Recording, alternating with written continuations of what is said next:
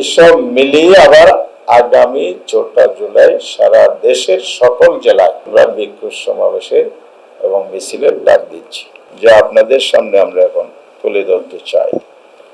আমরা আগামীকাল 23 জুন রাজধানী শহরের বিজয়নগরে আমাদের শীর্ষ নেতৃবৃন্দের উপস্থিতিতে, অর্থাৎ 11 দলের শীর্ষ নেতাগণ, দলীয় প্রধানগণ এবং সংসদের বিরোধী দলের নেতা, চিফ হুইপ সহ সকলে এখানে উপস্থিত থাকবেন। আমরা একটা বড় আকারের সমাবেশ করব ইনশাআল্লাহ। সেই সমাবেশ থেকে আমরা দাবি জানাবো এই যে বিচার প্রক্রিয়ায় যে শিথিলতা এবং যার সুযোগে ফেসিবাদের উত্থানের পদধ্বনি আমরা শুনতে পাচ্ছি এবং জায়গায় জায়গায় যে উত্তেজনা তৈরি করা হচ্ছে এবং হামলার ঘটনা ঘটছে এবং অন্য কাজের বিরুদ্ধে যখন 11 দলের লোকেরা, জামায়াত ইসলামের লোকেরা, শিবিরের লোকেরা যখন দাঁড়ায়, সেখানে আবার সরকারি দলের লোকেরাও হামলা চালিয়ে সেখানে নানা ধরনের হত্যাকাণ্ড এবং আহত নিহতের ঘটনা সারা করছে। গতকাল আপনারা জানেন গাইবান্ধা ছাত্র শিবিরে একজন শহীদ হয়েছে। এই ঘটনাগুলো চলছে। এই জন্য কি জুলাই বিপ্লব হয়েছিল? এই জন্য কি মানুষ রক্ত দিয়েছিল? এই জন্য কি দেশে ফেসিবাদ মুক্ত করে আরেকটি নতুন নির্বাচনের মাধ্যমে সরকার প্রতিষ্ঠিত হয়ে, সংসদ গঠিত হয়ে, গণতান্ত্রিক শাসন ব্যবস্থার পুনর্বর্তন হয়ে আমাদের নাগরিকদের উপরে জুলুম অত্যাচার অব্যাহত থাকবে? এই প্রশ্ন আজকে জাতির বিবেকের কাছে আমরা পেশ করছি।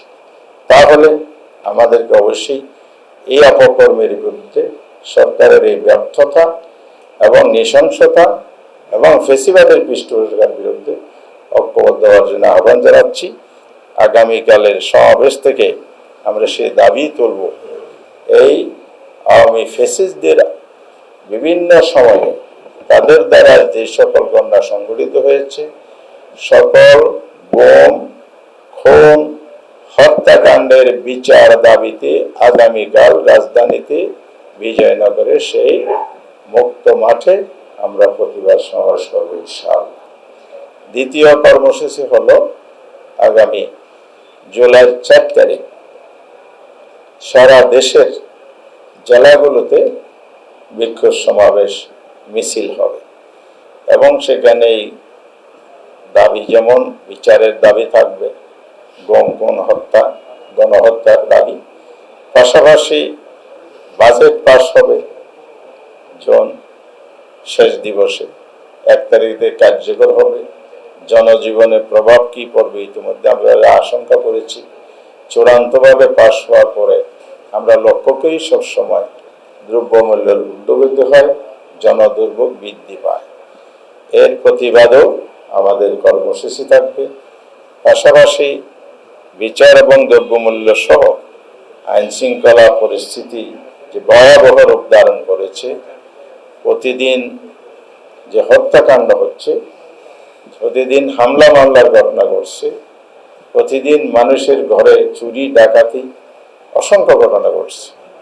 এই যে জনজীবনে অস্বস্তি এবং নিরাপত্তাহীনতা, এক্ষেত্রে সরকারের দায় দায়িত্ব পালনে যে উদাসীনতা, আমরা সেগুলো প্রতিবাদ জানাচ্ছি এবং পাশাপাশি দেশ বিরোধী যে ষড়যন্ত্র হচ্ছে, এসব মিলিয়ে আবার আগামী 4 জুলাই সারা দেশের সকল জেলায় আমরা বিক্ষোভ সমাবেশের এবং মিছিলের ডাক দিচ্ছি।